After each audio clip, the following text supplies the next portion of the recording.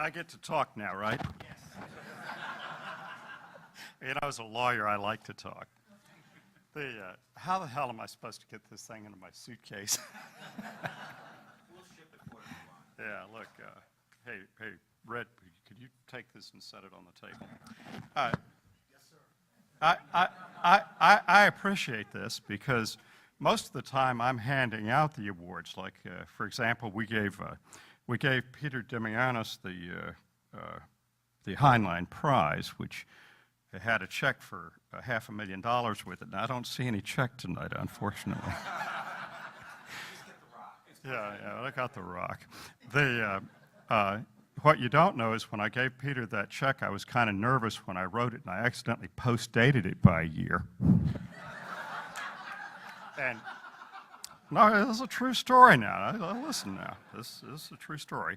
And so he had this check for $500,000, and he didn't notice it because he was so excited. We'd given him a sword, too, and he was waving the sword around and poking people with it. But he got back to California, and his bookkeeper noticed that it was dated 1 year later, and so I got this very diffident phone call from Peter. Art, did you realize that you actually dated the check 1 year later, and was this intentional? And I said, oh, no, it's all right, don't worry. We'll cancel it, and we'll do another check.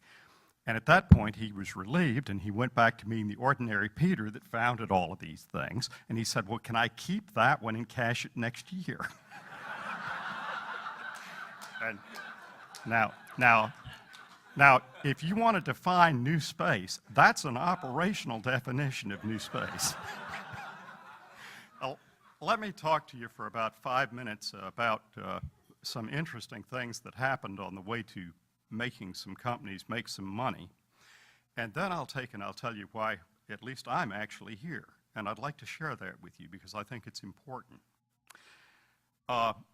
Yes, in 1982, I got the first license to launch a private space vehicle for Space Services Incorporated, my friends in Texas. We launched the Conestoga to 250 miles over the Gulf of Mexico. And the State Department said we had to have an export license because we were exporting a bunch of sand into the Gulf of Mexico. And we told them that, you know, essentially, screw you, we're going to launch the thing. And 24 hours before we launched, we got a one-time exemption from the law, bless their hearts. I can remember we didn't have a radar tracking system, and we needed to use the Corpus Christi Naval Air radar tracking that they use for training people out there over the Gulf. And we were on the line with this admiral and his general counsel, and they said, well, sometimes the Cubans run intelligence trawlers into that area, and what happens if you hit one of them? And I looked around and thought, well, what the hell am I supposed to say about that? And so finally I said, well, Admiral, I'm awful sorry. We don't have time to fit terminal guidance onto this thing, but we'll sure try to hit that intelligence trawler. and he gave us the okay to use his radars at that point. Now the Bureau of Alcohol, Tobacco, and there wasn't any space licensing procedure there. That came along 2 years later because we did this. And so I had to get licenses from 32 separate places, and one of them was the Bureau of Alcohol, Tobacco, and Firearms, who noticed that we had more than 3.5 ounces of black powder in this Minuteman M1 motor that we were firing into space. So I'm the only person in the world that has a federal firearms license for an intermediate range ballistic missile.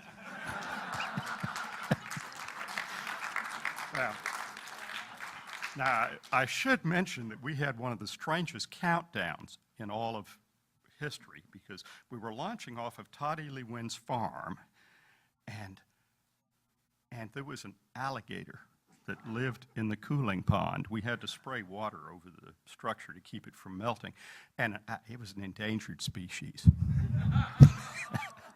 So somebody had to go out with a bunch of chicken wings and drop it in front of the alligator, and the alligator, we called Harvey, would come out of the pond and follow the chicken wings, and we'd say, you've got alligator clearance. So we were the only people who ever had to take and get alligator clearance to launch. Now, working with the Russians, that's also really interesting. For example, I've got a company right now that's Excalibur Almaz. We're going to take some Russian space capsules and put some Western technology in them, and that gives us a technical readiness level that's really good, and we're going to launch them, and we're going to make money. But when I first started working with the Russians, I got a contract for the Proton rocket, and I'll just tell you the secrets. I bought them for $20 million, and I sold them to Hughes for $23 million. It took 3 weeks to do that, and I thought that was a pretty good flip, you know, $3 million bucks. And you know, Hughes thought they could get the export license for the satellite because they had, you know, they knew Reagan. And I said, that's fine, you go do that. And so later on, they called up and said, all right, we sent you the money. They had, it was in my bank account. And they said, we can't get the license. Send us our money back. And I said, hey, did you read the contract you signed? You don't get all the money back. And so that's how I made the first profit, is I essentially I stole it from Hughes. And then I went to the Russians, who are my buddies, and they were all dejected because here we'd done all this work and they couldn't get we couldn't get the license. And they said, that's too bad. And they said, it's really horrible. And I said, well, you know, here's a check for $500,000. And they said, but we didn't do anything. And I said, well, did you read your contract? You make money if I make money. You don't have to do anything. You just have to sign a good contract. And I'm pleased to say that that got me into every Rolodex in the Soviet Union. And and I told my wife, Tammy, who's sitting here with our 2 boys, that we had a bird's nest on the ground here, because we had the exclusive right for the output of the Soviet Union to take and make these guys into capitalists and to sell their space hardware. And I said, honey, there's only one risk, and that's that the Soviet Union disintegrates and communism stops working. And God destroyed the Soviet Union to keep me from making that profit. So now I should tell you that I just got back from negotiating with the Chinese, so we'll see how that goes.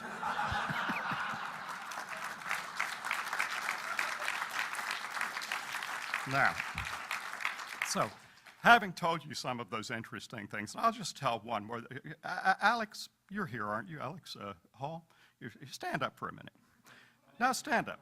This lady bought a Thor-Able rocket from me. And she did, but she said, Art, you got to deliver it to England.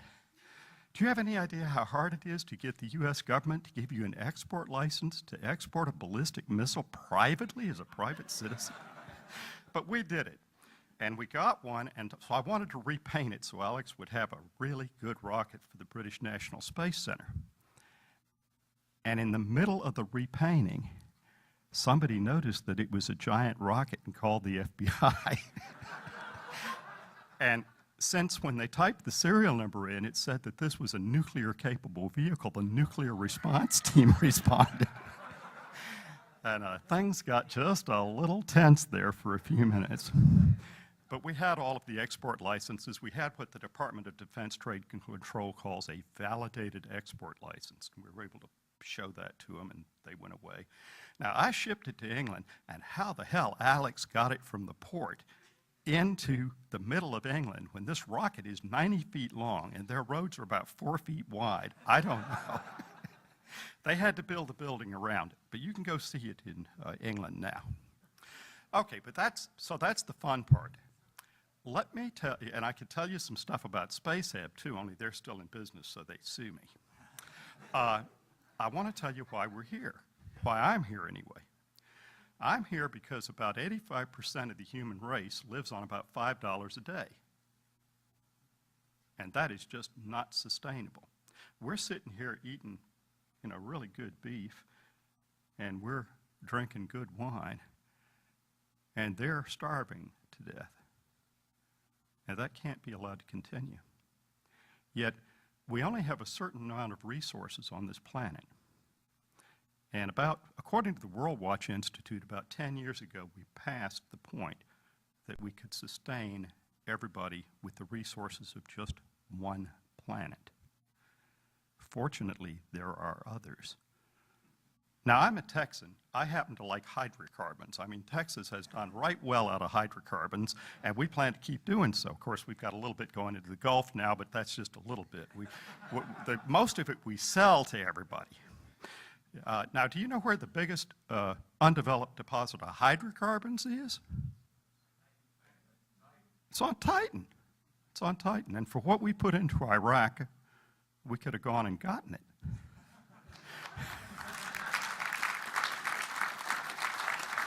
So, let me take 2 minutes now to expand to the big picture and tell you why we're doing this. We're doing this so that the person who can develop the warp engine, who's currently starving to death in Central Africa as a small child, can grow up and get an education and can take and, build warp drives for us.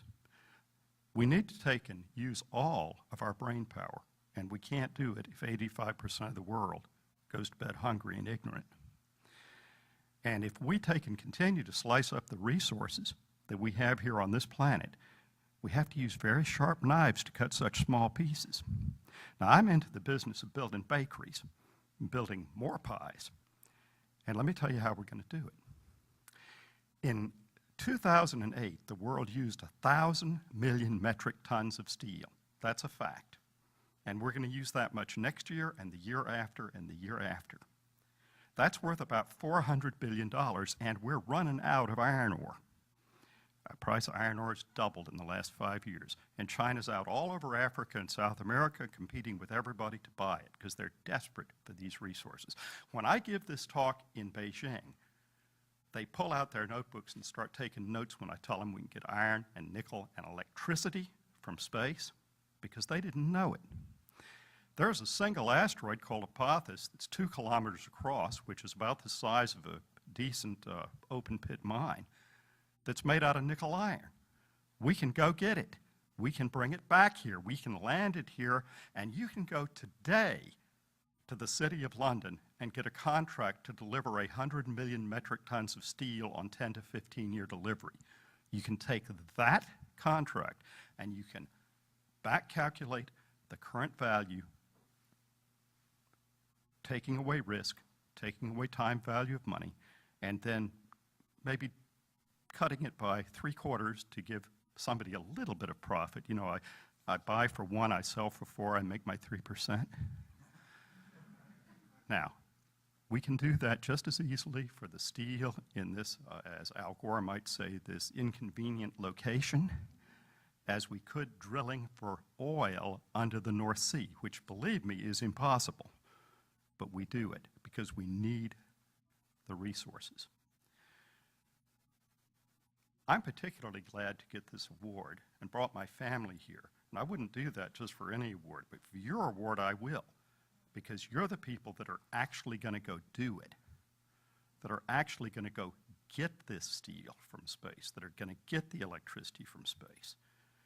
And in doing that, you will enrich the world. Look, there are 3 principal arguments made for going into space. There is the technological argument that we're going to learn all about the universe. We're going to learn all about science and technology. There's the economic argument. We're going to get rich, and yeah, we are going to get rich from it. And there's the military national defense argument. He who holds the high ground controls the earth, and whoever controls the orbitals controls the earth. Believe me, that is true. But all of those reasons have people that can argue against them. Oh, let's spend the money here. Let's not militarize space. Let's take and just do science from the ground. Why don't we cut them off at the knees and say the reason we're going into space is because it's a basic human biological drive. We're going into space for evolutionary reasons, not just for those excuses that I just gave you.